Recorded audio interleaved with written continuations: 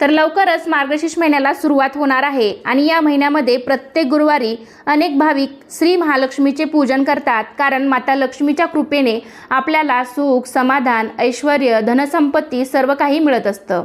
संसारात सुख, शांती येत असते. तसेच त्यानंतरचा तिसरा प्रश्न असा आहे की पूजा कधी करावी, सकाळी की संध्याकाळी. आता सांगायचं झालं तर धावपळीच्या जगामध्ये लोकांना फारसा वेळ मिळत नाही, त्यामुळे बऱ्याच जणांना हा प्रश्न पडतो. पण खरं तर ही पूजा शक्य होईल तितक्या सकाळी लवकर करायची असते, किंवा मग तुम्हाला दुपारी 12 वाजेच्या आतमध्ये जर थोडासा निवांत वेळ मिळाला तर तुम्ही त्या वेळामध्ये सुद्धा ही पूजा मांडू शकता. अगदीच भर दुपारी 2-3 वाजता ही पूजा मांडू नका. नसेल तर मग तुम्ही सायंकाळी 4 ते 7 या वेळामध्ये जरी तुम्ही पूजा मांडली आणि पूजा केली तरी सुद्धा चालू शकतं. कारण तिन्ही सांजेची वेळ ही माता लक्ष्मी येण्याची वेळ आपण मानतो, त्यामुळे या वेळामध्ये म्हणजे सायंकाळच्या वेळामध्ये सुद्धा तुम्ही ही पूजा